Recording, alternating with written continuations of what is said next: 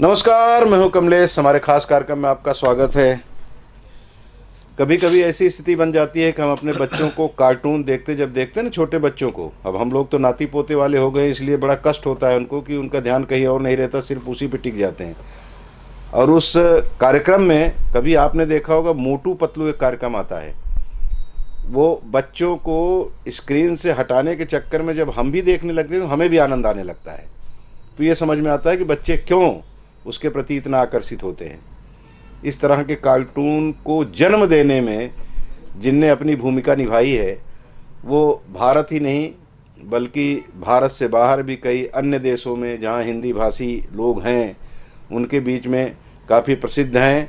उनका नाम है डॉक्टर हरमिंदर सिंह मांकड़। आप लगभग 2200 पुस्तकों का चित्रण कर चुके हैं। 22,000 पुस्तकों का चित्रण कर चुके हैं। 800 से अधिक विज्ञापन, व्यावसायिक विज्ञापन की फिल्मों का उसमें निर्देशन व लेखन है। 1200 live corporate show, travel show, TV fiction धारावाहिक, 4 हॉलीवुड, कई बॉलीवुड फिल्मों का लेखन, बहुत कुछ है। अभी बात में चर्चा के दौरान हम आपको बताएंगे। वो हरविंदर जी आज हमारे साथ हैं, कोरबा प्रवास पर है। न्यू एरा में एक कार्यक्रम है, उसमें बच्चों को मोटिवेट करने के लिए, उनको मार्गदर्शन देने के लिए आप कोरबा आए हैं। और ये हम सब का सौभाग्य है कि उन्होंने अपना कीमती समय आज हमें भी दिया है आपके लिए। सर, स्वागत है आपका कार्यक्रम में। मोटू पतलू की बड़ी, हमने जैसा शुरुआत में कहा, बच्चे बड़ा परेशान करते हैं माँ बाप को। क्या है कि क्या सोच के शुरू किए थे आप इसको? ये इस मकसद के साथ शुरू किया गया था कि बच्चों को, हिंदुस्तानी बच्चों को, जो हमारे उसके बेसिक संस्कार हैं, जो उनकी बेसिक नीड है, जो उनका पुरातन काल से जो हमारे माँ बाप ने हमको शिक्षा दी थी, उसको देने का यही एक साधन बचा था। क्योंकि जब आप टीवी की तरफ जाते हैं और विदेशी एनिमेशन देखते हैं तो उनमें हिंसा थी, उनमें गाली गलौज था। वो लोग अपने टीचर और माँ बाप को तू तड़क करके बुलाते हैं जी। हम इसमें यही कोशिश करते हैं कि वो वही आदर जो अपने बुजुर्गों को, अपने माता पिता को, परिवार को देना सिखाया जाए। तो मोटू पतलू उसमें कामयाब रहा भी है पिछले 12 वर्ष से। टीवी की अगर मैं बात करूं और अगर मैगज़ीन की बात करूं, लोटपोट की बात करूं, तो मैं 1978 से बना रहा हूं। 14 साल का था तो करीब 45 ईयर हो गए हैं। तो वो भी चल रही है, साथ साथ मैगज़ीन भी चलती है। तो शिक्षा मकसद यही है कि बच्चे अपने असल को पहचाने, इतने रंग ना जाएं आज की दुनिया में कि उन्हें अपने माँ बाप और सड़क पर चलने वाले किसी व्यक्ति में फ़र्क ही महसूस ना हो। क्योंकि जब हम अपनी जड़ों को भूलते हैं, जब हम अपने वजूद को भूलते हैं, जब हम अपने बड़ों के आदर को भूलते हैं, तो सबसे बड़ी कमी दुआओं की पड़ती है। उनके जब वो झुकते ही नहीं हैं तो आशीर्वाद के लिए हाथ उठता नहीं है, हाथ उठता नहीं है तो दुआएं निकलती नहीं हैं, तो जो बाद में उनको बड़ी मुश्किल आती है। तो काश सभी उसे देखें और सभी अपने माँ बाप, अपने बुजुर्गों का आदर करें, ताकि एक अपनी भारतीय परंपरा, अपने हिंदुस्तान की जो सरजमीन की जो मिट्टी की परंपरा है वो जीवित रहे। स्वाभाविक है, एक अच्छा उद्देश्य लेकर के आपने शुरू किया। लेकिन कई बार यह भी होता है कि आज की तारीख में जो बच्चे हिंदी मीडियम में पढ़ने वाले हैं, उनका भी रुझान वो पाश्चात्य संस्कृति की ओर ज़्यादा बढ़ रहा है, उस तरह के कार्टूनों की तरफ ज़्यादा बढ़ रहा है। तो उनको कितना खींच पा रहे हैं आप अपनी तरफ? अभी सर पिछले 5 साल से नंबर 1 पे तो अभी तक हम ही हैं TRP में, और अवार्ड भी हमें ही मिला। किड्स चॉइस अवार्ड एक आता है जी, जो पूरे विश्व के बच्चों से वो की वोटिंग के आधार पे किया जाता है। पाश्चात्य हो, हिंदुस्तान हो, दुनिया का कोई भी हो, बुरा कुछ नहीं होता। सबका अपना अपना एक नज़रिया है, अपना रहन सहन है। लेकिन हिंदुस्तान एक ऐसी सरजमीन है सर, जहाँ पीर, फ़कीर, ओलिया, ईश्वर, गॉड, हर तरह के रंग मिलते हैं आपको, हर धर्म मिलता है। तो अगर इस मिट्टी की तरफ जुड़ेंगे तो वो एक वर्सेटाइल पर्सनैलिटी बन के निकलते हैं। आज पूरी दुनिया जहाँ कोरोना या दुनिया में हर चीज़ से डूब रही है, एक हिंदुस्तान है जो अपना सर ऊंचा करके शिखर से खड़ा है। तो उस हिंदुस्तान से बढ़िया कुछ हो नहीं सकता। तो वो जिस दिन इसको पहचानेंगे उन्हीं का ही फ़ायदा होगा। बिल्कुल बिल्कुल, अपनी जड़ों में लौटते हैं तो उसका फ़ायदा तो सीधा सीधा दिखाई देता है। चित्रण भी आप करते हैं, कार्टून खुद बनाते हैं आप? आपने अपनी टीम बनाई होगी? 12-14 वर्ष की अवस्था बड़ी नहीं, अबोध मैं अबोध अकेला ही की है। बनाता हूँ मैगजीन में, तो आज भी अकेला ही बनाता हूँ, पर आर्ट वर्क तक होता है कि टीम, उसके बाद कलरिंग होती है, जी जी उसको प्रोसेसिंग वर्क्स जाता है, और एनिमेशन की तो खैर टीम ही पूरी अलग होती है। वो केतन मेहता जी के वहाँ मुंबई में हम लोग बनाते हैं, जी तो टीम तो नेचुरली हर सारी टीम का ही हिस्सा होता है। अकेला चना तो क्या भाड़ फोड़ेगा। जी जी पर जब शुरुआत किया था तब अकेले थे। टीम तो अब होगी, क्योंकि अब वो फैल गया, उसका जो दायरा फैलता है, जब आकार बड़ा होता चला जाता है तो लोग जुड़ते चले जाते हैं। तो सभी टीम वालों को ही समर्पित है, उन्हीं की मेहनत का फल है, उन्हीं की कृपा से सजे हम हैं, वरना मुँह से गरीब करोड़ पड़े। 12-14 वर्ष की अवस्था स्वयं कार्टून देखने की होती है, स्वयं आनंदानुभूति प्राप्त करने की होती है।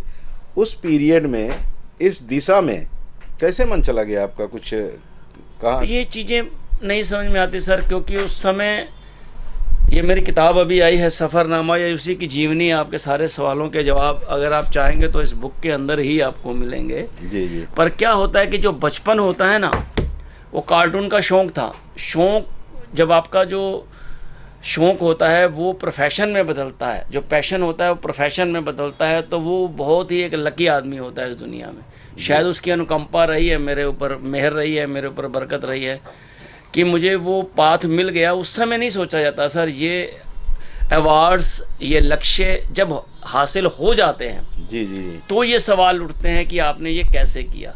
जी उस समय जो मकसद होता है, एक अर्निंग, कि कुछ पैसा आएगा, पेट पलेगा, जी जी रोटी खाएंगे, वो एक काम की तरह जुड़ता है इंसान। फिर धीरे धीरे धीरे धीरे धीरे धीरे वो इतना संग्रह बढ़ जाता है कि वो आप लेजेंड्स बन जाते हैं, आपके नाम रिकॉर्ड्स कायम होने शुरू हो जाते हैं। जी जी तब ये सवाल खड़े होते हैं कि आपने कैसे किया, तो उस समय कोई क्या जवाब दे। जी जी नहीं, जो मैं अभी आपके बारे में जो पढ़ रहा था, जो मैंने बताया कि 22,000 पुस्तकों का चित्रण, हाँ जी, हाँ जी, 800 से अधिक व्यावसायिक विज्ञापन में भी आपकी भूमिका, 1200 लाइव कारपोरेट शो, ये सारे कार्यक्रम को आप 45 वर्षों में समय परिवार के लिए भी निकाल पाते हैं कि पूरा? बिल्कुल निकालता हूँ मैं। देखो सर, अगर आपको कामयाब होना है तो ज़िंदगी को बैलेंस करना आना चाहिए। जो महात्मा गांधी जी से किसी ने पूछा था कि आप इतना तेज क्यों चलते हैं, जी तो उनका एक खूबसूरत आंसर था कि मैं समय के साथ चलता हूँ। जी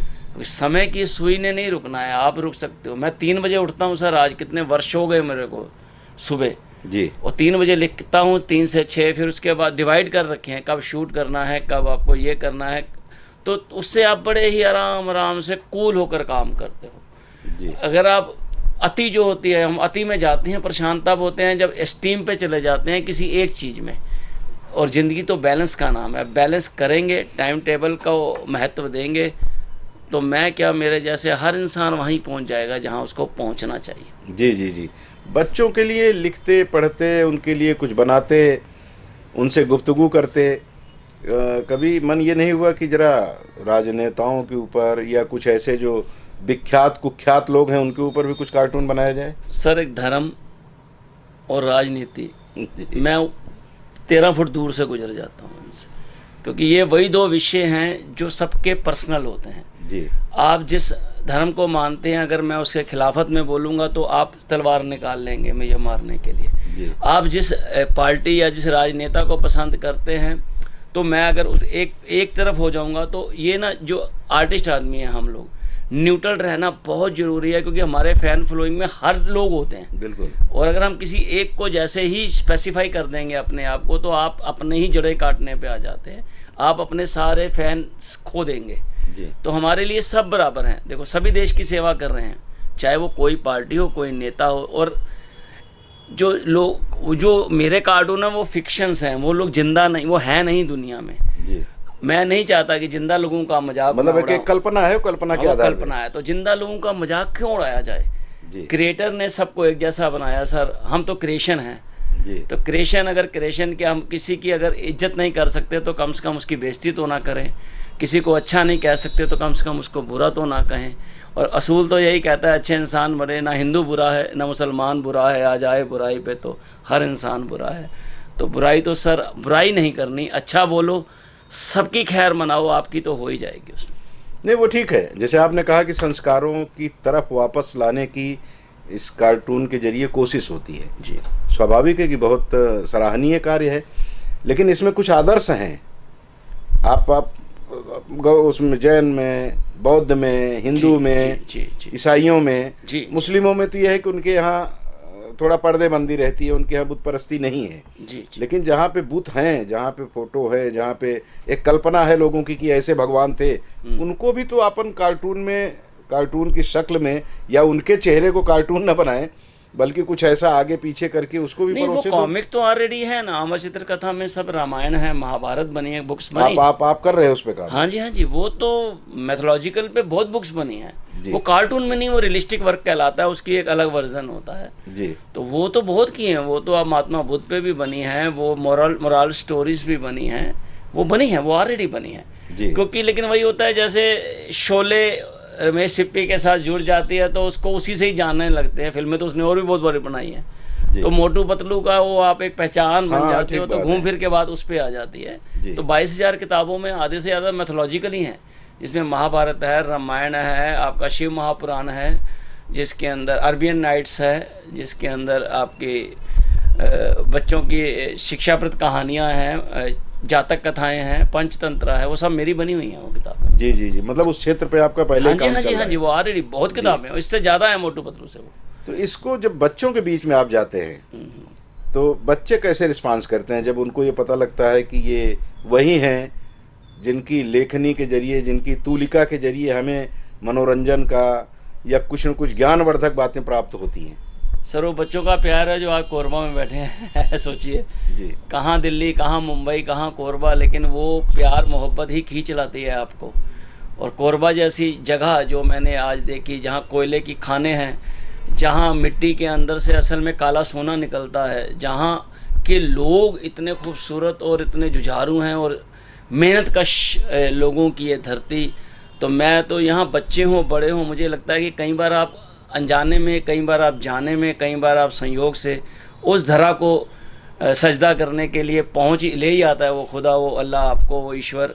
जहाँ आना एक बार कम से कम सबको बहुत ज़रूर चाहिए, क्योंकि ऐसी धरती जो नज़र में रहती नहीं है मगर होती बहुत खूबसूरत है।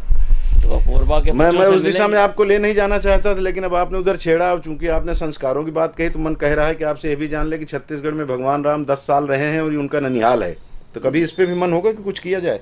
बिल्कुल करना चाहिए। अगर ये चीज़ें हैं आपको पता है तो, लेकिन हमें नहीं पता है जी, तो इसको आगे लाने के लिए हमें लिखना चाहिए इस विषयों पर। जी, छत्तीसगढ़ में तो खूब लिखा जाता है, यहाँ लिखा जाता है, पर दुनिया तक पहुँचाना भी बहुत ज़रूरी है। इसके ऊपर आप अपने प्रोग्राम टीवी के ज़रिए, हर जरिए, या बुक्स के ज़रिए, कहानियों के ज़रिए ये चीज़ें जानी चाहिए।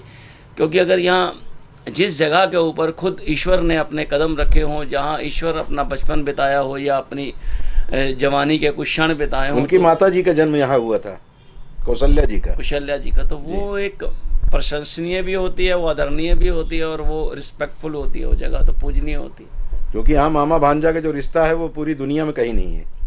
यहाँ भांजा अपने मामा जो है अपने 10 साल के बच्चे भांजे का भी पाँव छूता है, वो चाहे 90 साल का हो। वो संस्कार सिर्फ यहीं मिलते हैं। भगवान राम के रूप में अपने भांजे को देखा जाए। तो इस पे भी अगर आप बनाएंगे तो मुझे लगता है छत्तीसगढ़ के ऊपर बड़ा ये एक बड़ा कोशिश करेंगे। अगर ईश्वर ने चाहा तो जरूर बनाएंगे जी। वो आप आगे आए हैं तो कुछ ना कुछ तो करके जाएंगे। मतलब छत्तीसगढ़ आना सार्थक होगा आपका, हम लोग ऐसा मानेंगे।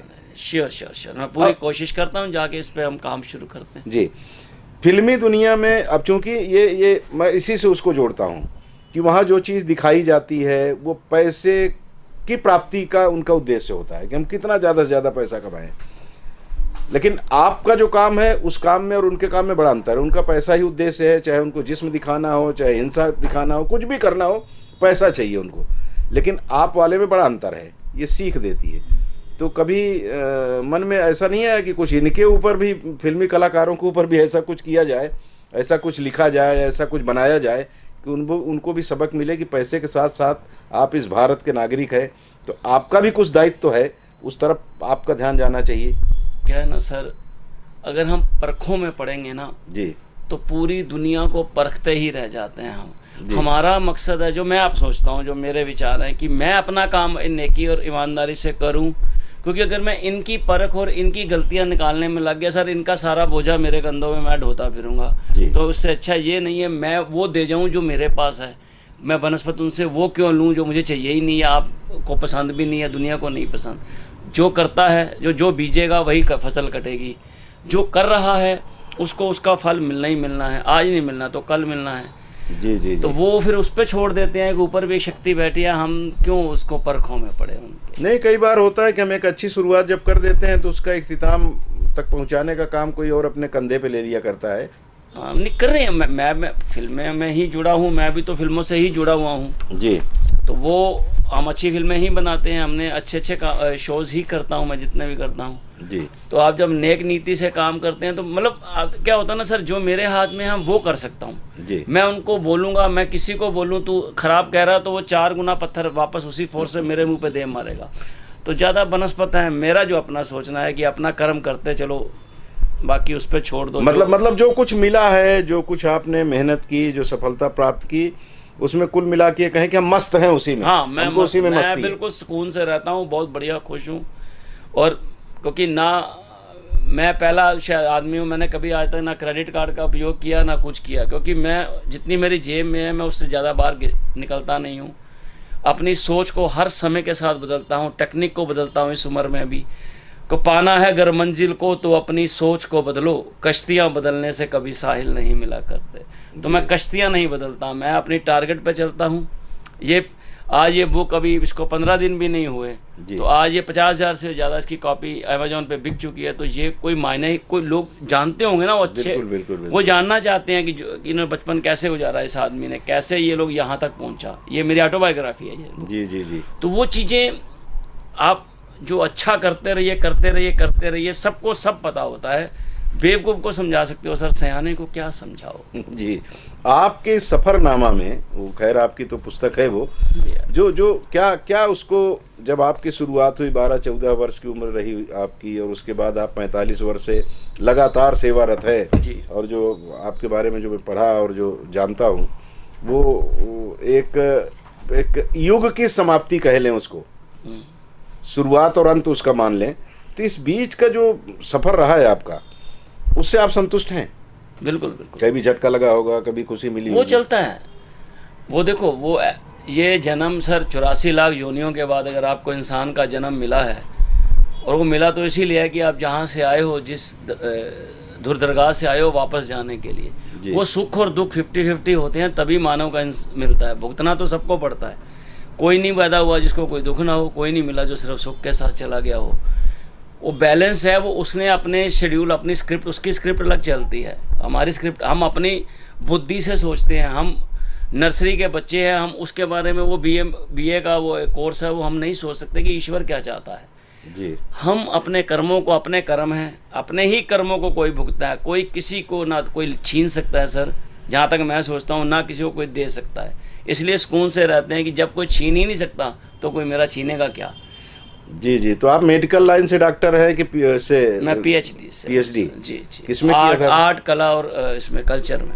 मतलब उसका भी समावेश फिर आपने इसमें कर दिया, उस पढ़ाई का भी लाभ? नेचुरली वो तो मैं काम ही है वो तो। जी। और बताएं अपने बारे में, जो कि आप कैसे दिल्ली से बम्बई से फिर पूरी दुनिया में घूमना, पूरे भारत में घूमना।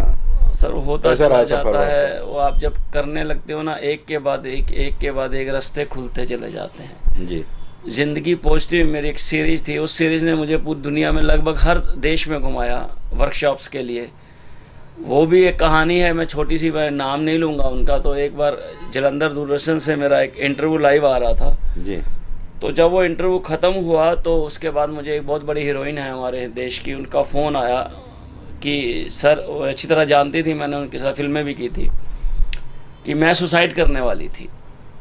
और मैं सुसाइड करने से पहले मैंने ये सोचा कि मैं टीवी पे आके और फेसबुक पे आके, आजकल जो रिवाज है कि सबको बता जाऊं कि ये दुनिया अलविदा मैं जाने वाली हूँ। जी जी जी। लेकिन जैसे ही मैंने फेसबुक ऑन की तो वो इंटरव्यू लाइव आ रहा था आपका उस समय। तो उसमें जो आपने बोला वो वही जवाब थे जिनके लिए मैं परेशान थी। जी।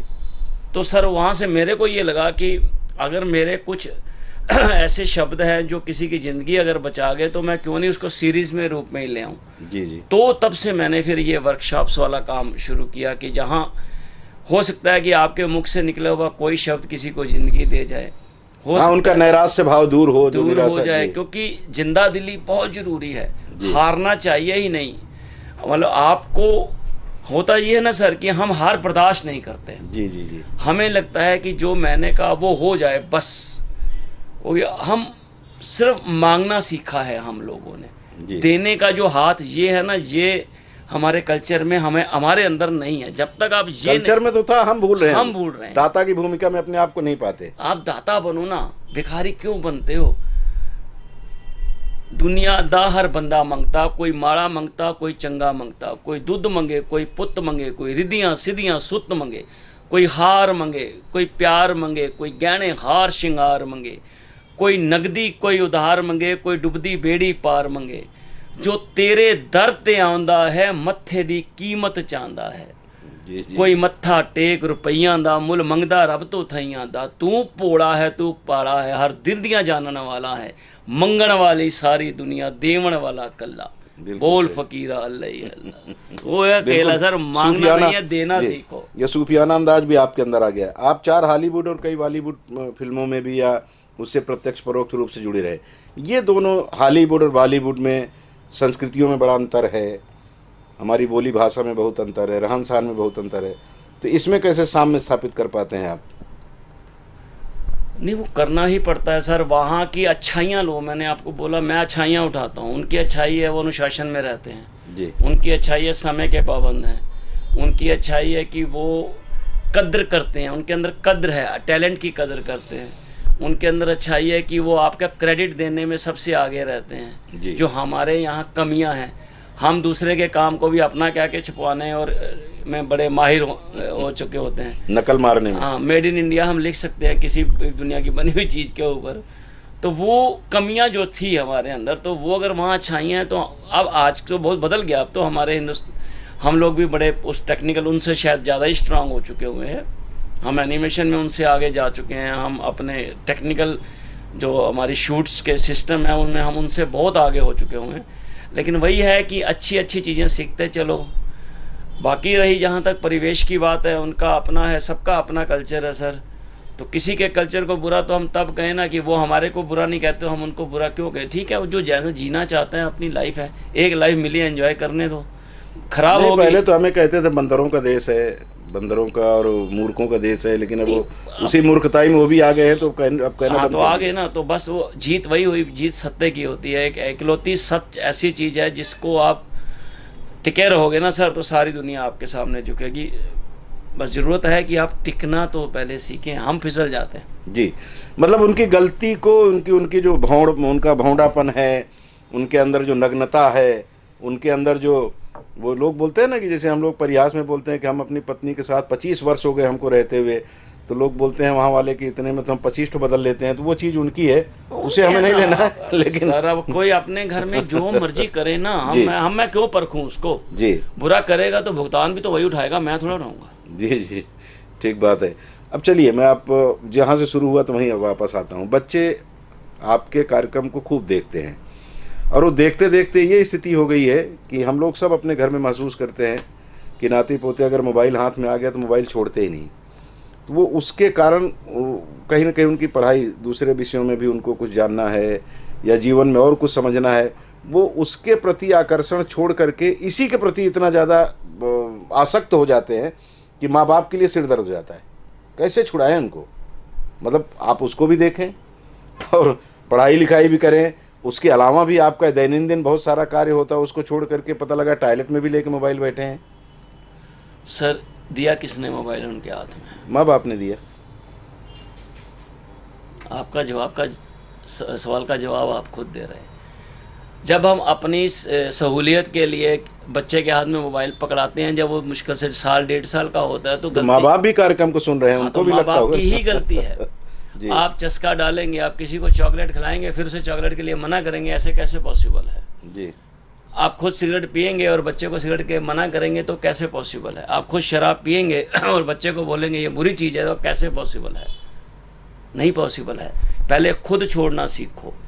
एक साधु थे, वो किसी के घर गए तो बीवी ने उनको दान दक्षिणा दी और कहा मेरे जो बेटा है उसे कुछ समझाइए। बोलते क्या हुआ? कहते गुड़ बहुत खाता है जी। तो उन्होंने दान दक्षिणा वहीं रोकी। नानक देव जी के बारे में भी है ना वो तो। 10 दिन के बाद आऊँगा, एग्जाम्पल दे रहा हूँ। जी। 10 दिन के बाद आके बोले कि बेटा, उस बेटे को बुलाया और बोला बेटा गुड़ मत खाया कर, खराब चीज़ें, दांत खराब हो जाएंगे।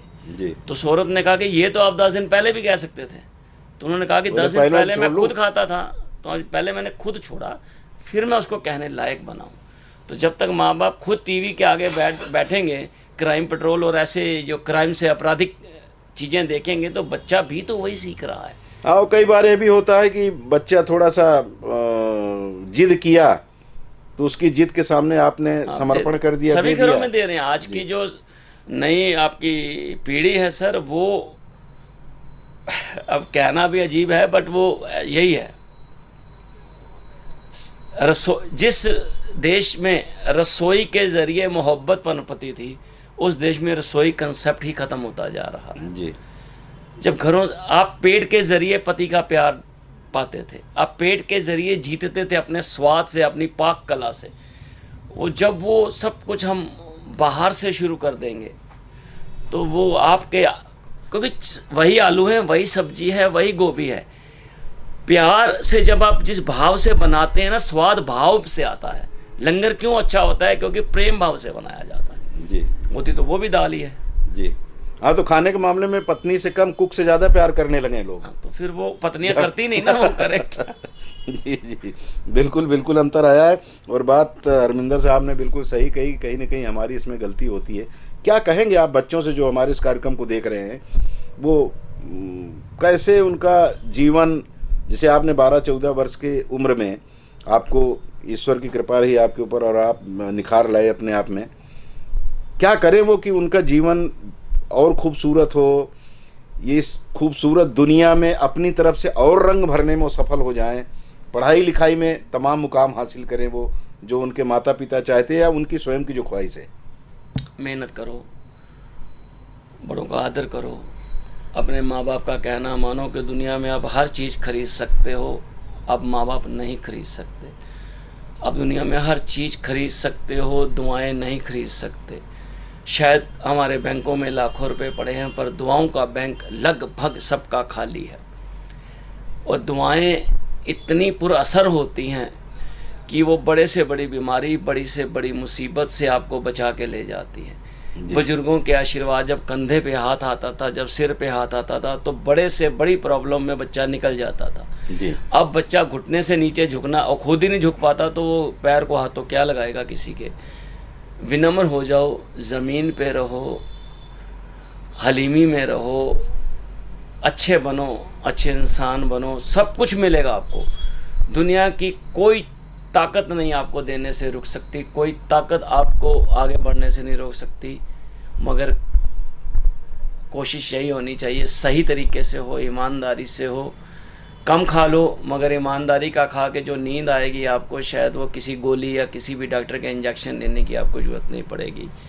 आजमा के देखो, मैं अपनी हड बीती बता रहा हूँ, मुझे ये चीज़ें करके फ़ायदा मिला है। अगर आप करोगे तो आपको भी यकीनन फ़ायदा मिलेगा। चलते चलते आपको कई राष्ट्रीय अंतर्राष्ट्रीय पुरस्कार भी मिले हैं।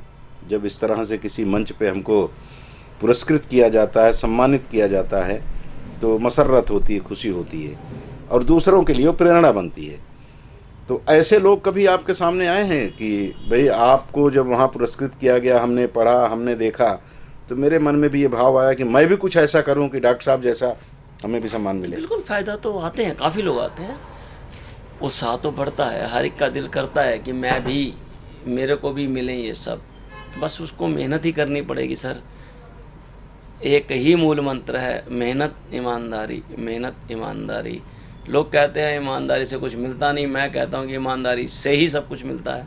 जी जी, बिल्कुल बिल्कुल सही कहा आपने। और आप भी समझ गए होंगे कि मोटू पतलू या इस तरह के कार्यक्रम जो आपने, जो 22,000 पुस्तकों में जो कुछ परोसा है, जो संकलन किया है आपने, उसका लाभ जो आपको मिल रहा है, उससे कहीं ना कहीं आप भी समझ गए होंगे कि ये जो भाव रहे हैं इनके, जो आपके सामने प्रकट हुए हैं, उस भाव से ये तो साबित हो जाता है कि उसमें बहुत कुछ मिश्रित है।